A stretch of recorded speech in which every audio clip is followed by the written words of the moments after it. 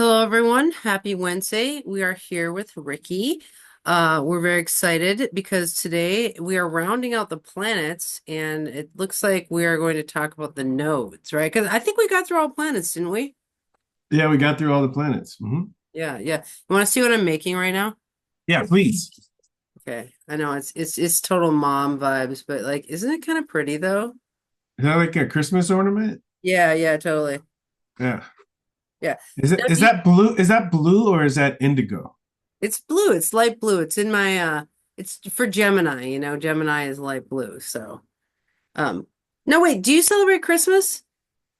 Um, I don't know if I celebrate any holidays. So I don't that's a complicated question for me. All right, well, give us a complicated answer then. No, I don't. You don't have to. So so my religion is a a religion of the stars. And so an example is Thanksgiving. Yeah, is honoring a holiday that I grew up with, and I asked myself, like, what are we honoring? In Jupiter, okay, it's like Jupiter. Yeah, it's always in Sagittarius season. It's on a Thursday, and the symbols are a cornucopia overflowing with food, and the pilgrims and the natives, right? Cross cultural experiences. It's super Jupiter. So me celebrating Thanksgiving is, I think, a lot about thanks, gratitude, Jupiter stuff. I'll read Yeah. about Jupiter, and yeah. So to me, I integrate what I know about the calendar, the celestial calendar, with the holiday, because to me, in order for a holiday to persist, it has to be resonant with the astrological energies. Otherwise, it wouldn't have the energy to keep being celebrated over and over and over again. The obvious one is the Day of the Dead and Halloween. You know? Well, I'm so glad that you answered my complicated question because, okay, so this is a really good time for me to just chime in and say, actually did a class in the Moira Press on the sun cycle and the holiday cycle, and basically saying that each person could take their chart and look at this sun going around for 1 year and look at all the holidays and how that hit their chart, right? So it's like some people love Valentine's Day, some people hate it, and it's like, well, that depends on the aspects because I think the sun's in the middle of Aquarius on Valentine's Day. And so like if you have the sun going over your Sun square Mars Pluto every year on Valentine's Day, you're gonna hate the holiday, right? You're just like, oh God, all this love, and But if you have like the Sun trine Venus, or I don't know if that's even possible, a Sun Venus conjunction at that day or something, you'll love the holiday. But it's that's true of like every holiday, like Day of the Dead, like you're saying Halloween, right? It's like the Scorpios are all out in their zombie costumes, and it's right around their birthday, and because the sun's it's at I think 8 Scorpio on Halloween. But to me, I think that's really, to me, the that's what holidays and the sun cycle have in common. Is in Scorpio season, you'll live longer and you'll be healthier if you celebrate the Scorpios in your life, right? And not with platitudes, but honor, right? Like, enjoy Halloween. Okay, the Scorpios will feel more seen, more appreciated, right? And you'll be able to receive more of their bounty. So I think if we take this seriously every season and we truly try to understand that sign and truly try to understand and appreciate the people we know born in that season, right, we'll be fed. Yeah, that's so interesting. Like astrologers are actually experts on birth, death, and birthdays. Like I actually have a present waiting for you on my present. I have a dollhouse where I put all the presents I'm ready to send out, and it's like I have an Aries present for you that I have to wait like 6 months to send you because I have to wait till the sun goes into Aries and is like on your Aries imprinter. It just won't hit the same note, if I just send it now, it's just not the same present. So like I feel like keeping Whoa, the whoa, solar whoa, cycle whoa. of our friends is like a big deal, and birthdays and all that stuff. So this is another feature that you just came up with.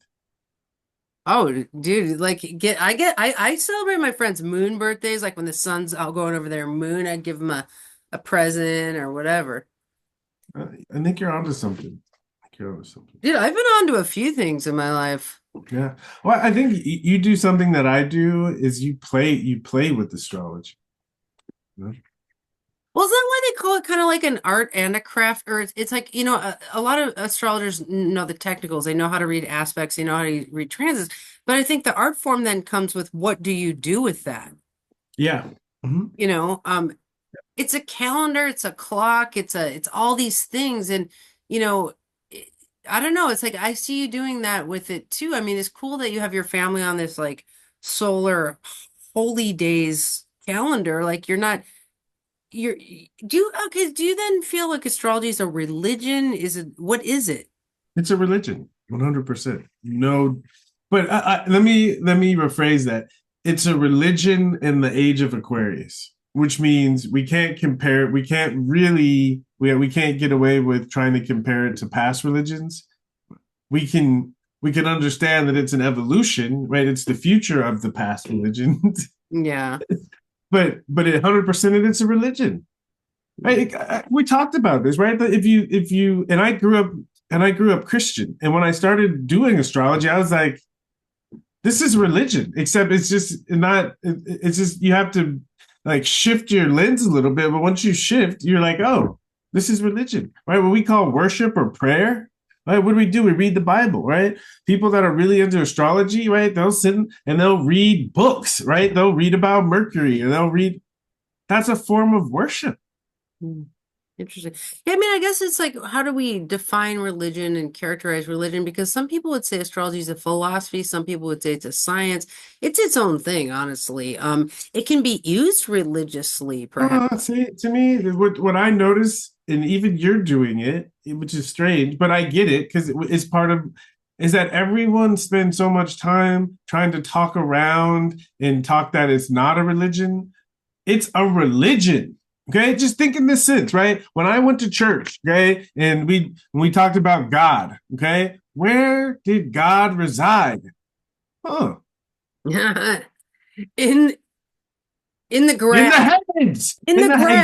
exactly, No, exactly, right? Right. In church, God is in the heavens. Okay. And if you I'm think about looking at religion. if you Okay. think about if you think about astrology, right?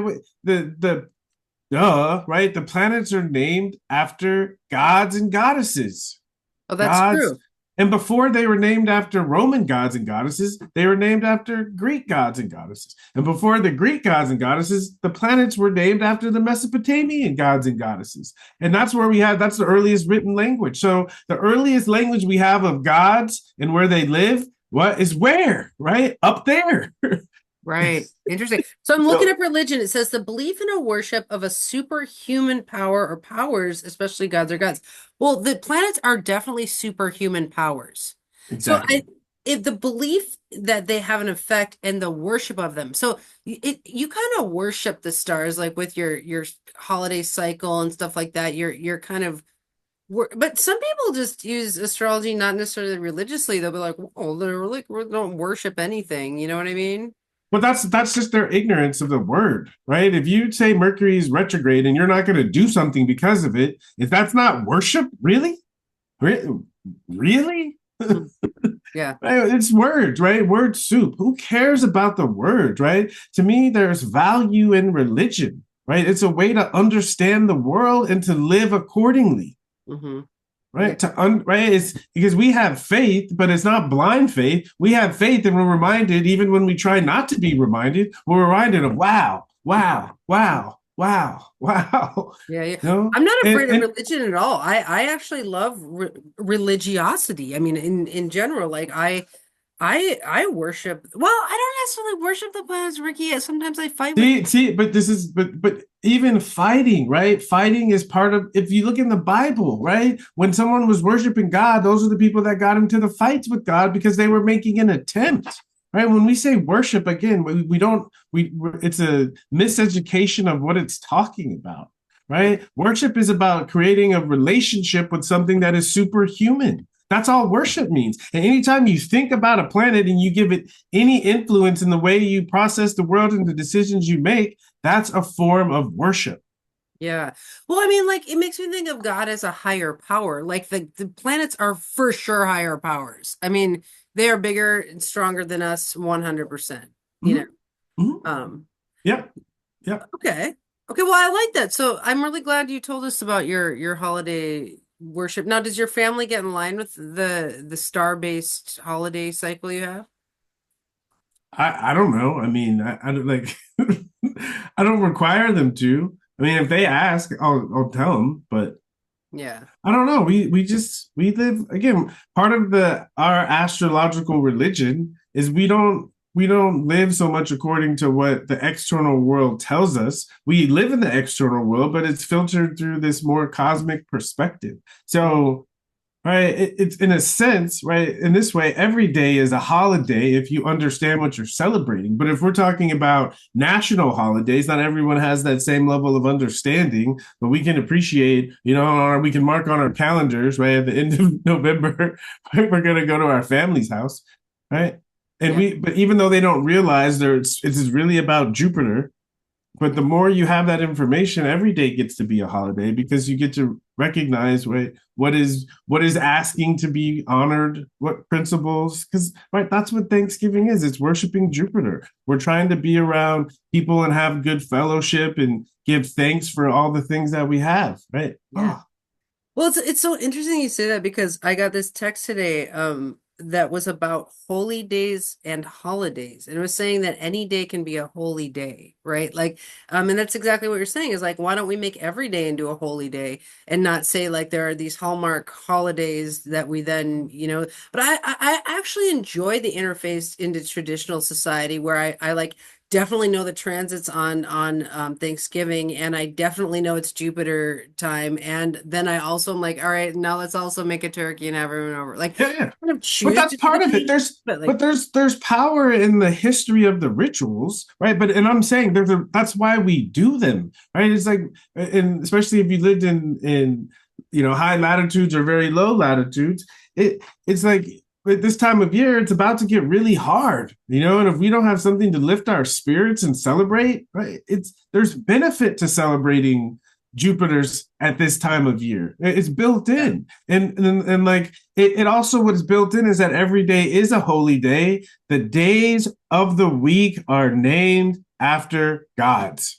All right. And so Monday is a holy day for the moon. Tuesday is a holy day for Mars. Wednesday is a holy day for Mercury. It's built in.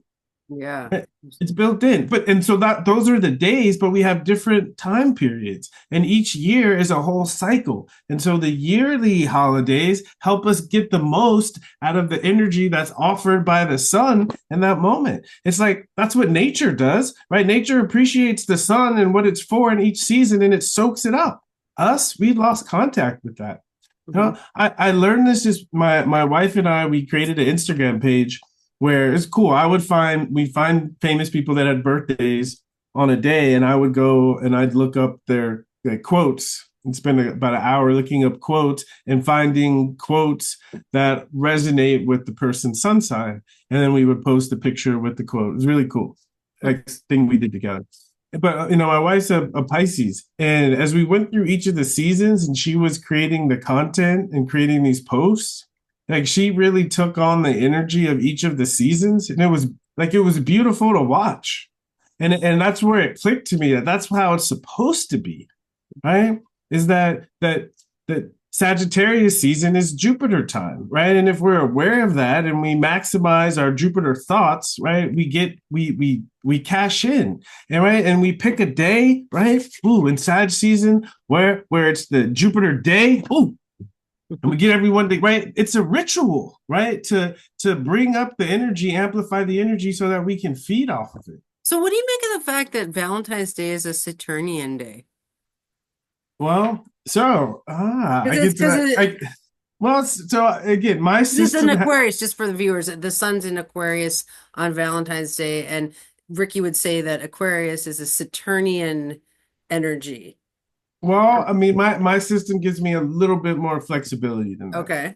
Okay, all right. So for the first bit of flexibility is a concept of decanates, right? Decans, 10-degree sections of of a sign. All right. And the system I use is really cool because it's based on the elements. So it's saying that the first 10 degrees of Aquarius is ruled by Saturn. All right.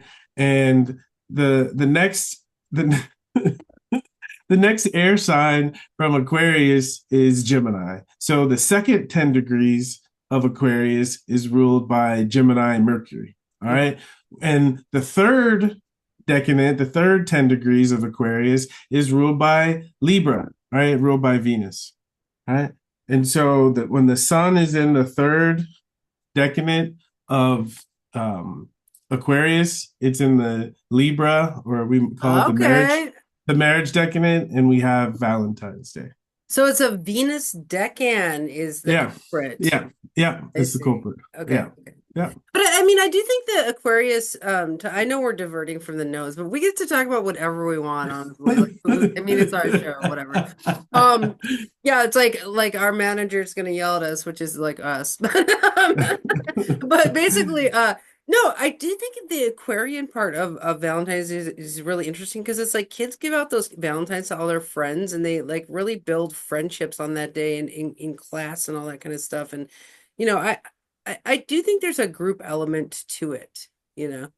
Oh, 100%. 100%. And there's a deeper teaching in Aquarius about relationships that maybe one day we'll talk about. Yeah. Okay. Yeah. Yeah. All right. Maybe when we're having relationship problems, we can talk about it. No, I'm Of just kidding. course, especially around Especially since we have a friendship relationship, which would be well, very great. part of it is like Aquarius, right? If it is, sometimes like reputation Aquarius can be aloof. Okay, they're only aloof if you don't understand them, and they're aloof to protect themselves. So this idea of right on Valentine's Day, like, do you want to be around your the person you like, right? And if you do, right, that's a good sign. Right. And if you even think it, right, this is the middle of winter, ooh, right? And I still want to be around you, right? That means probably we're gonna make it, you know? If it is, and I'm thinking I need space, ooh, right, that's a good sign, right? Maybe I need more space. Interesting, interesting. Yeah. Well, and I think in a good partnership, you are friends too. I mean, there is the Aquarius element to the actual love partnership. But I'm going to take that one and put it in my back pocket that Valentine's Day happens in the Libran decan. So thank you. Yeah, yeah. Mhm. All right. Well, okay, so let's talk about the notes. Before we move on, I have a surprise for you. Yes, please. Which, okay, so there's this guy I met, and his name is David, and so I'm talking to him, and he's a maniac. Like, he actually made this song called Tripolar, which is crazy because I always tell people I'm tripolar because my chart has three manias it goes through. Like, it doesn't really get depression. I'm not like manic depressive. I'm just like manic and then more manic, you know. But anyway, so I always call myself tripolar, right? So he actually made a song called Tripolar, right? And it's like a rap song, okay? But I was asking him, I was like, what are your dreams in life? And he's like, I want to be a football player. And I was just like, wait, have you ever heard of this Ricky Williams guy? And he's like, Ricky Williams, the Heisman Trophy winner, like blah, blah, blah, blah, or whatever. And I was like, well, I happen to know Ricky Williams. He's just like, get out of town or whatever. So like then now he's like totally fanning on our show or whatever. But I was thinking if you ever would allow it, we could have him on the show to look at his manias in his chart. I actually Hell yeah, I would love that. I Okay, would because it love would be that. like a win-win-win because he could meet you and then we could because I do want to I looked at his chart and you can see the manias in there. Like and I think it would be really a cool episode. Especially if we view it through the lens of the show, right? Of how the manias are manifesting through the chart, but also how his culture and his ethnicity and his socialization have worked together with the chart to craft those manias. Okay. Okay. Yes. You're super famous. I can't even believe you talked to me. Like we said in the very beginning, right? I'm famous for something I did a long time ago. I'm looking forward to the day that I'm famous for what we're doing right now. Wait, That's that's my goal. Are you coming to Norwalk? Maybe, maybe. Okay.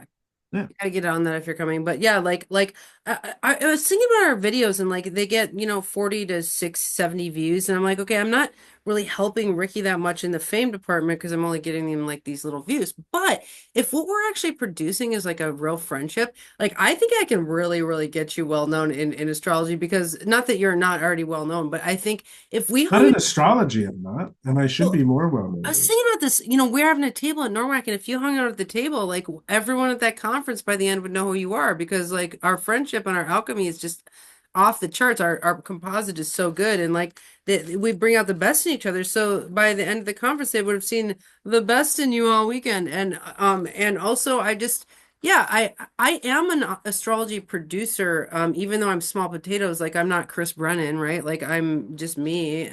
But I definitely do want to help on that side of your evolution because yeah, and I am getting bigger. I'm starting to pop a lot more because I'm going to Kepler starting in January and they have like 16,000 students. Like maybe we could teach at Kepler together someday. Yeah, that'd be fun. Yeah.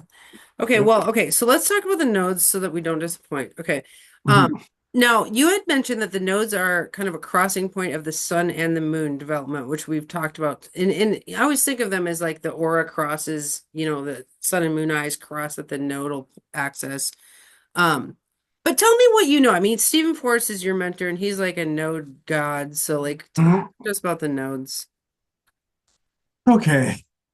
Well, so there's my training, which is excellent, and then there's my um maverick my need to look at things differently, based on my own personal experience. So I think where they overlap, okay, where they overlap is uh, and to me the nodes are most relevant to everything we've been talking about. I'll just tell a story first, okay? There's been so many times because part of my when I give a reading to someone, a big part of it is I do a nodal story. Is I take the south node and I transform it into a metaphor of a person's past life. You know, so it's storytelling and it's so much fun and it's really the to me the coolest way to learn how the symbols work because when you have to make them active in a narrative, right? It's the book learning rigidity. It doesn't work, right? It forces it to come alive, and that's the way it works in our lives, right? The planets manifest as narratives, themes in our lives. So telling the South Node story, I really lean into that. And so many times I've told the story, and the person said, "You just described my mom, or you just described my dad." This Really? happens. Oh, sorry. No, go ahead, please. No, so for the viewers, like listening, a lot of evolutionary astrologers, what they do is when somebody comes in, they look at the South Node for kind of past lives and, where the person's come from. And I think that's really healing in the metaphorical sense of like, let's say you said you heard like you were a peasant in a past life or something like that, and the person's feeling undervalued and like they don't make enough money in this lifetime. That those kind of stories resonate and heal, whether or not they're true stories Mhm. or not, they are metaphorical healing tools. And so that's Exactly. Ricky's Yeah. saying he uses these stories. Mhm. Yeah, and again, some people in evolutionary astrology, right, will really be looking for the past life. For me, again, in my experience, I'm like, it doesn't work like that. But the stories allow us to get enough space, and even as a metaphor of a past life, it allows someone to have a personal connection to see how the story connects to them. But there's enough space so they can appreciate the drama of it. An example is I was talking to. I'll give an example if you don't mind.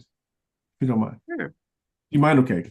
Talking to a woman yesterday, and she had her South Node in the 11th house in Leo. Okay? And so the way the technique works is you can think of a scene of someone being in a Leo kind of environment and an 11th house environment. Okay. Right. And to me, it's like, right, the pressure to perform, to be somebody in a group. Okay. And next part of the technique is we say, okay, what planet rules the sign of the South Node? In this case, it's the sun. Her sun was in the 10th house in Cancer. Ooh, okay. She was somebody, right? There are a lot of expectations about what she was supposed to be, how she was supposed to act, right?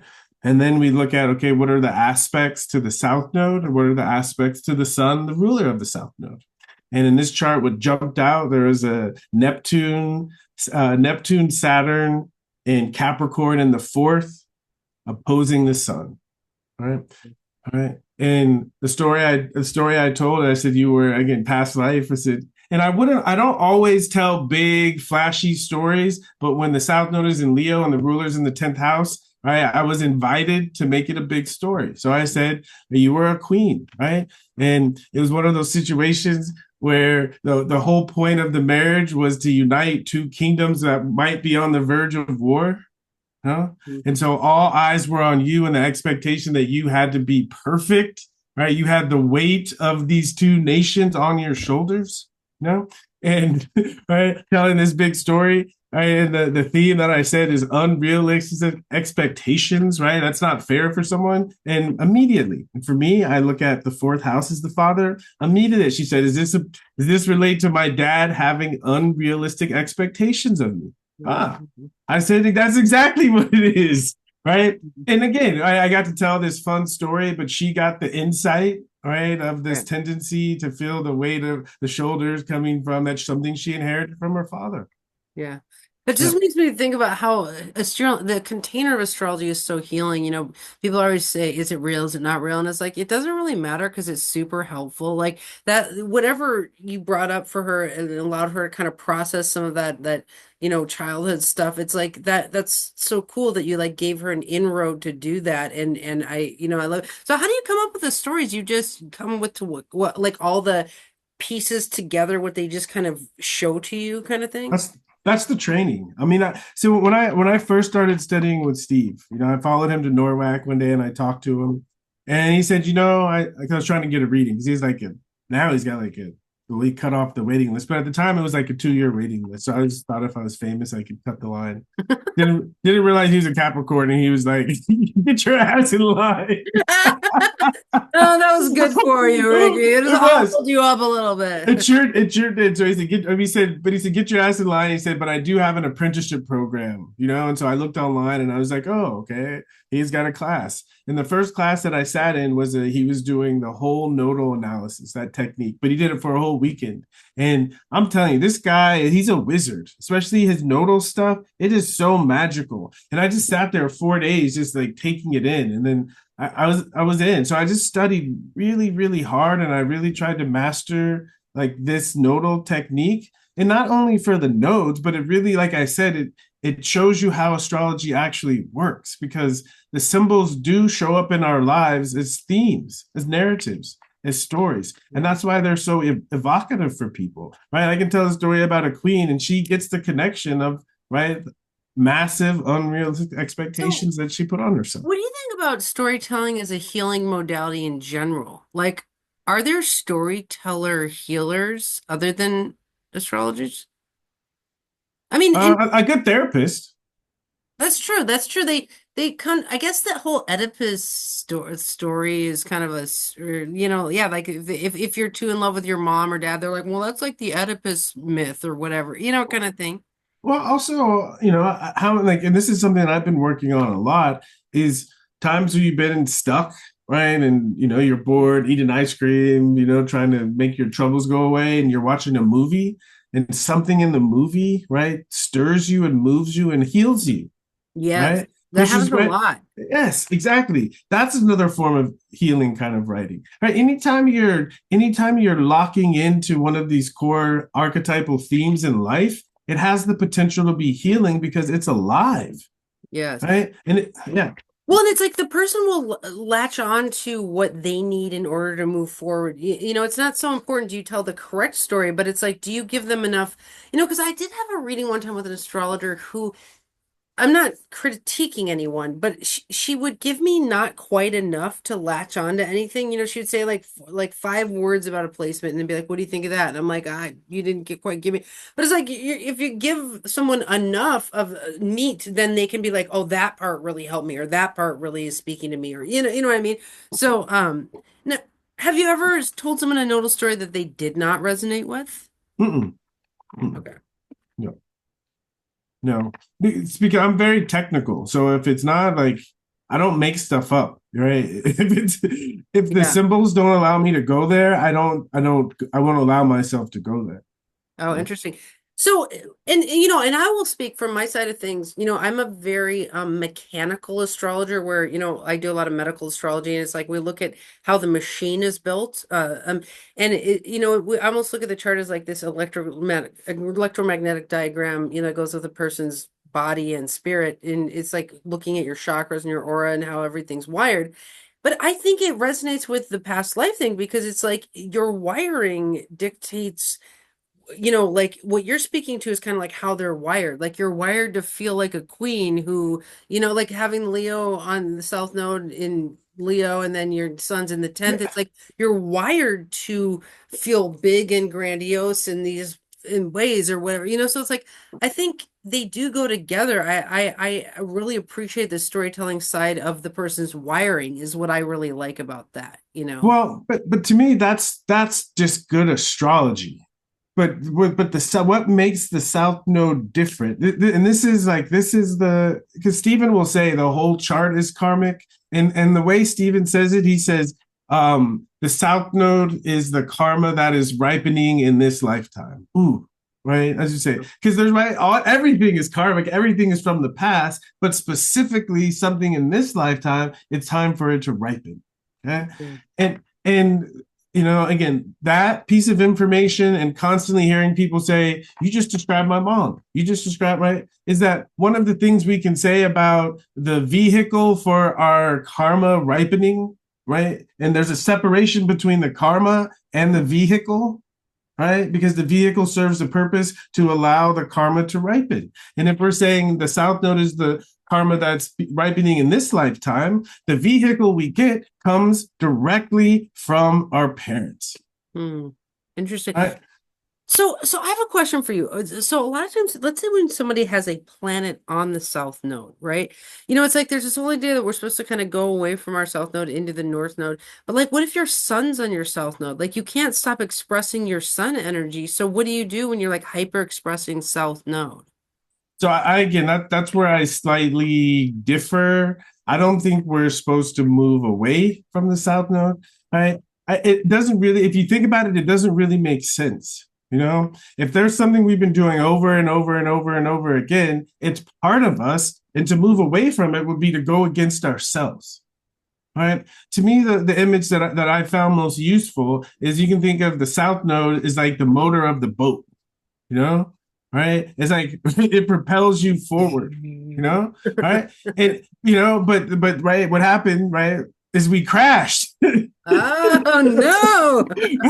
We crashed. And so it's not about getting rid of the motor. It's just not putting so much energy in the motor. It's putting it right the energy in the rudder and steering where we're going. And that to me, that imagery is nice because the South Node, right, the back of the boat, the motor, right, is pushing us. And if we just focus on where we're going this time, the North Wow. Node, right? Right, we're gonna get it right, right? We're gonna do better work.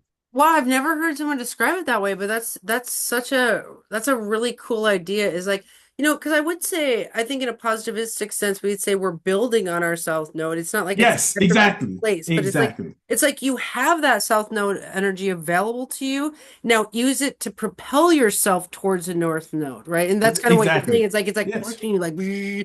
towards North Node. Yeah. You got it. That's Yeah. exactly what I'm saying. Can Yeah. I tell you a weird South Node story?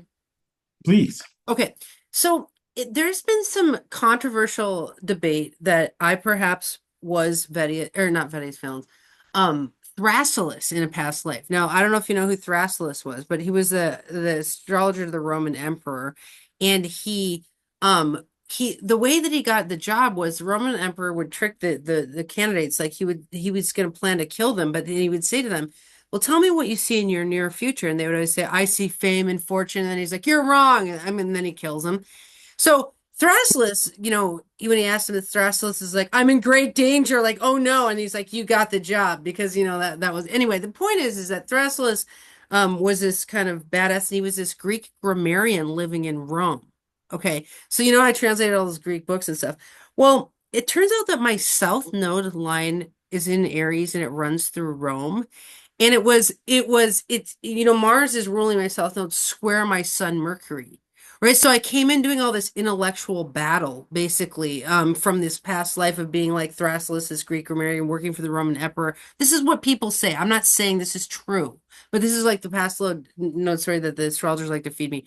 Well, then my North Node, though, is in Venus or is in Libra conjunct Pluto, right?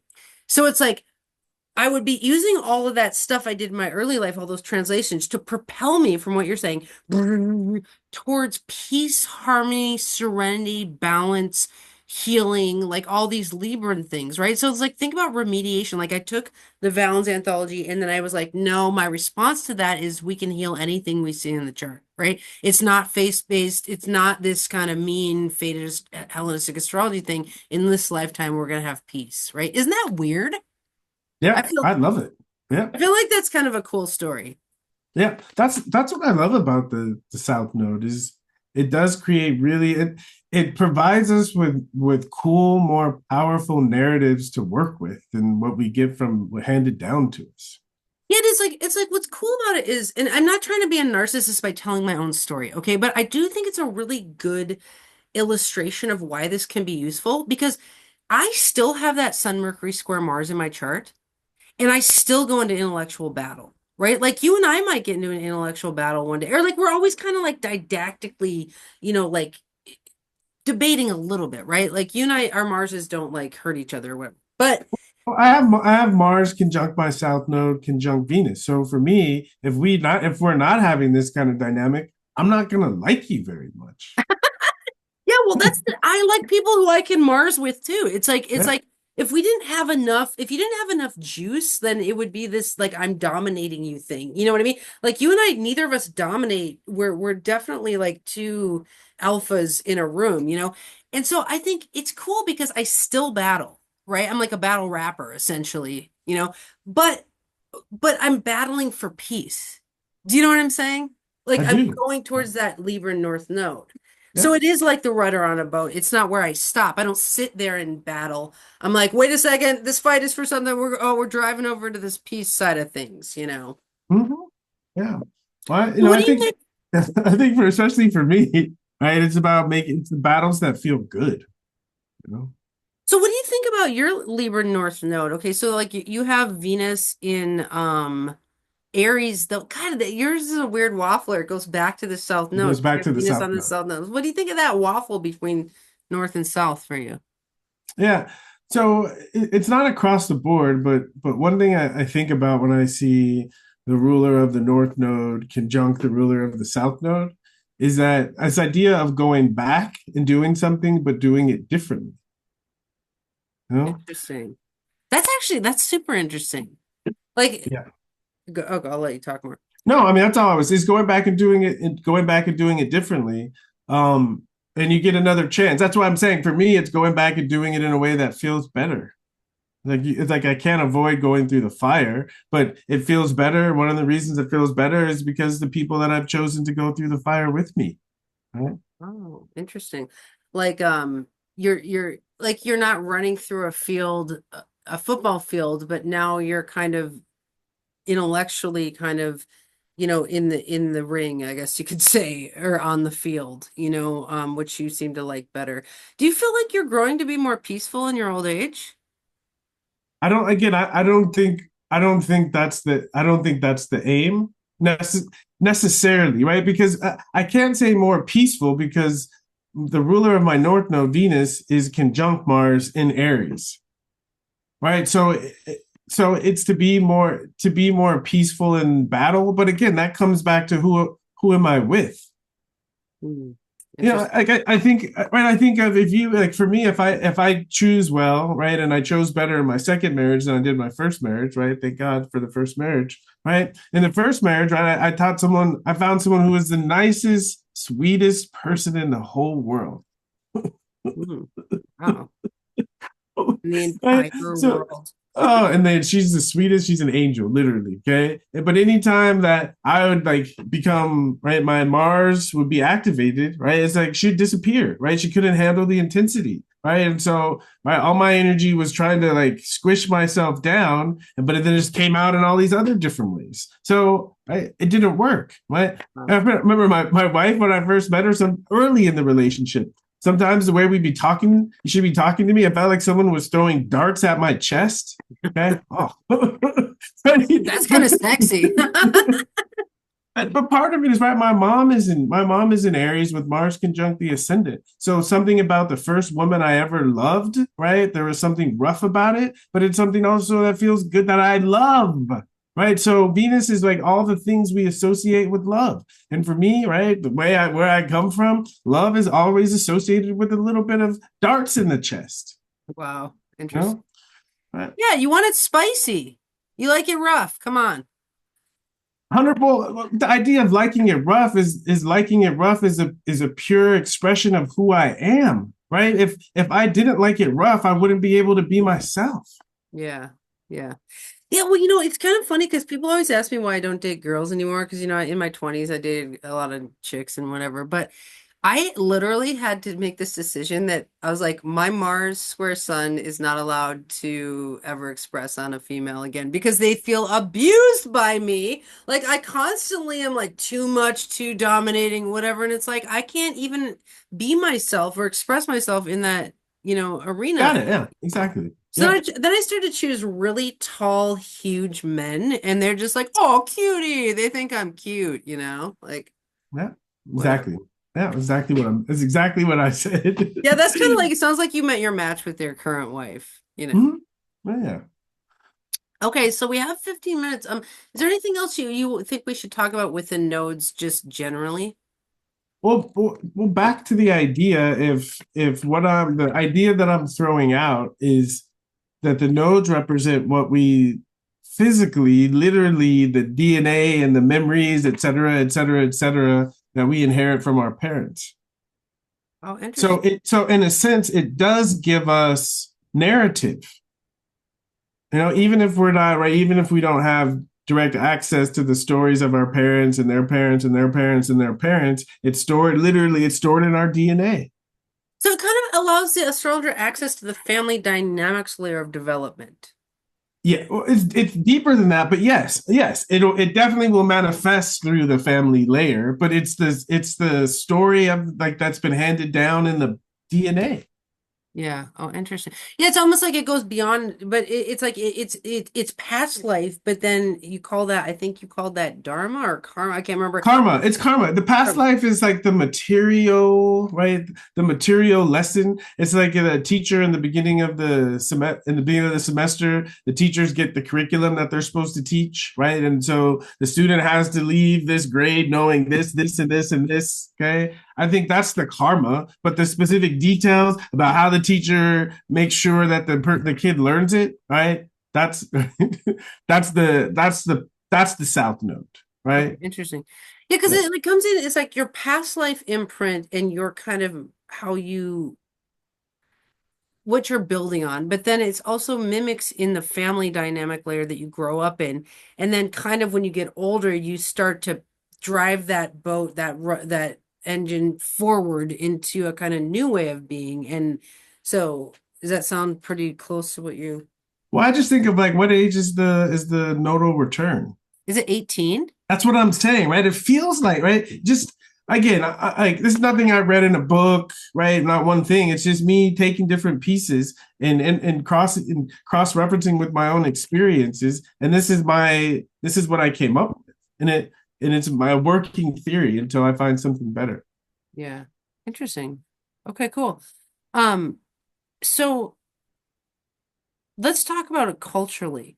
Now, this I'm actually really excited about because I have no idea how the nodes would be different in different cultures. I mean, I guess we could say the reincarnationist perspective is different in different cultures. Maybe I'm not being clear. What I'm saying is that like the nodes tell us most about the culture. Okay. Is that the nodes can be interpreted based on what I'm saying. The nodes could be interpreted purely through culture because that's the DNA that was handed down to us. Interesting. Okay. So you're like, in ancient astrology, we look at four layers. We look at genetics, culture, climate, and then the chart, right? So you're saying it's reflecting your where you're coming from genetically and culturally. Mm-hmm. Because right to me, genetically and culturally, they're you can't really separate them. Okay, okay, interesting, interesting. So, but okay, so but then if we had, let's say we looked at you and your Astro twin, who happens to be like a white dude, like how would the South Node in your chart be different than the South Node in his chart, you know? Um, all right. One example is let's say South Node is in Aries in the eighth house. Okay. And Aries, Mars is like war, battle. Okay. And then so say the South Node was the Civil War. Okay. All right. And you can imagine being black, right? My ancestors, what their experience of the Civil War was. Yeah. And his ancestors, what the experience of the Civil War was, right? Same experience, but the way it was taken in by the bodies that were there and passed on to the other generations, it's going to be different. Right. Okay. So it's just as simple as that. Is it's saying, like if you had the same past life situation with the South Node, so we're assuming that in the person's past life they're the same genetic, the same skin color, the same everything. Well, when I'm talking about this, my definition of the South Node, I'm not talking about it in the context of a past life, the way in that way. I'm talking about the past life of the past life of the people who had the DNA that was passed on to us. This is deep. Well, I'm more comfortable with this because right, we have stories, right? We have stories, and I'm not comfortable teaching. I'm not comfortable teaching that we return for multiple human births. I'm not comfortable putting that idea in anyone's mind. Yeah. It's kind of like under the guise of things that we don't know that we know. I'm always like, we don't know that reincarnation. I mean, I don't know. I can see, yeah, I'm not a big reincarnationist. When I say reincarnation, I do think that we reincarnate, but I don't think we reincarnate as the same thing more than once. It's like doing second grade over and over and over and over and over again. Like it's not worth it, you Right. know? Right. The tiny little bit you'll learn that you'll be so bored you won't learn anything. Right. You So know? you're saying if a twin, okay, if there's like a white guy twin to you and you guys had that same South Node, it'd be like you're coming in energetically with a Civil War imprint in the psyche, kind of. And one of you is going to take the kind of white approach, and then or not approach, but it's We, like we could we you're could get there, but fading. let's make it more literal, okay? Let's make it more literal, okay? Because when you look at a chart, there's so many stories that can emerge in a chart, but we're focusing on one story through the lens of the South Node and the ruler of the South Node, okay? And I'm connecting that to the history of the genetics, okay? And right, we see that we all have the friend, okay, who has some fascination with a grandma or a grandpa or a great uncle or whatever. But some story that they heard about the family really speaks to that child, right? Really speaks to that person and they really identify with it. That it's something that actually occurred, right? That reached them and they resonate with the same theme that was handed down. Hmm. Interesting. That's what I mean. Okay. So it's like a story told about us in our childhood by those around us in some ways. That's the what I'm saying is the South Node is going to, if it's powerful, is going to pull that out of the early environment for the kid to attach to. Because right, the beautiful thing about the stories of our parents is where half of our DNA comes from our parents. So the stories we get to hear about where we've come from help us understand why we are the way that we are. And I think the South Node is even more specifically, again, like my side, I get from my mom is a badass, and the stories that I heard about my mom, and as a kid, I didn't identify with them like that's me because I didn't show up. But my mom got kicked out of 5 schools for beating up people. My mom punched a teacher. My mom punched a bus driver, right? So, Wow.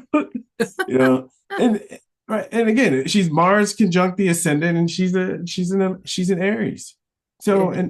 and so you see my South Node, it's like, whoa, it jumps out. Yeah, you came from a martial mother and you have a super martial South Node. And so it's like mimicked it's like your soul created it, was born into it, mimicked it, kind of thing. And we could say, like I came in from a father with a Mars Mercury conjunction opposed the moon. And, I have that Mercury square Mars, and it's like he's an astrophysicist, and he built the largest telescope in the world. Like he blows shit up in class. He's always doing lectures, and like things are exploding, and like it's like so. Yeah, I would say I came in from an intellectual. How yeah, I see what you're saying, where it's like it is cultural because it's the creation of it. It's like what we extract from our cultural environment when we're young and what we kind of latch onto because of our South Node story. Like my brother has a different South Node than I do, so he's gonna have latched on and soaked up different things in the Exactly. cultural environment, right? Exactly, right. And the fact that it's if it's connected to the theme of the South Node, like what I'm saying, it has direct access to us, right? It will show up in our lives Yeah. as if the memories are literally in our cells. Again, I got this from doing the South Node story, just doing the technique like I was taught, and the people over and over saying again, you just described my mom, you just described my early that it I gave them enough to hold on to relative to the South Node, and that's what came out of their mouths. Well, and just to build on what you're saying, because you're really saying something really innovative here. You're saying it's not just you told me the story of my mom. You told me the story of what I soaked up from my mom. You know what I'm saying? Because it's like we Yeah. said, like all the different Yes. siblings. You have six kids. They're all going to soak up a different piece of you, depending on. But inherent in all of that is going to be your culture because that's just inherent in everything you do. You know? Mm-hmm. Like our culture lives, like literally lives in our DNA. Yeah, that makes sense. I see what you're saying. This is that's kind of it's kind of blowing my mind because it's like I see what you're saying where our South Node is like almost like magnetically sucking in our culture and imprinting it upon us, and so it's like it's yeah, I mean, maybe somebody with a mercurial south node is gonna soak up more of the linguistics of their culture, and if they have a Martial south node, they're gonna soak up more of the physicality of their culture, or like, but it's gonna be their cultural aspects of that piece. I mean, we're saying you're on it, but I'm really trying to stress the physical component of it because we can say what we soak in, but there has to be some physical like machinery that can process that soaking in, right? Again, like I have big muscles, right? And so, right, whereas like maybe someone from a different culture or a different gender, right? I think of a white guy with the same chart. Maybe his dad was on the stock market, you know, right? Yeah, And I see what so you're saying. that eighth house Aries, right, it manifests completely differently because the way that the father used that potential, right, in his DNA manifested through a different story, and the child gets that same DNA. So it's physical. I don't know. It's weird for us to think that way, but just Well, it's, try it it's not on. weird. In fact, if that's why I like our four things: genetic, culture, climate, and the chart.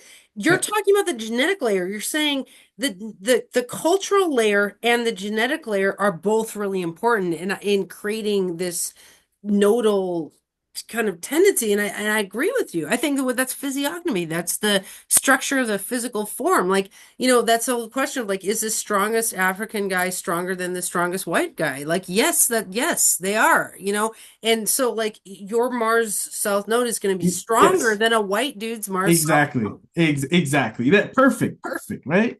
Yeah. Yes. Okay. Interesting. Well, that's probably a good place to stop. We're at 3 o'clock, and you got perfectly annoyed with me. That was fun. That was great.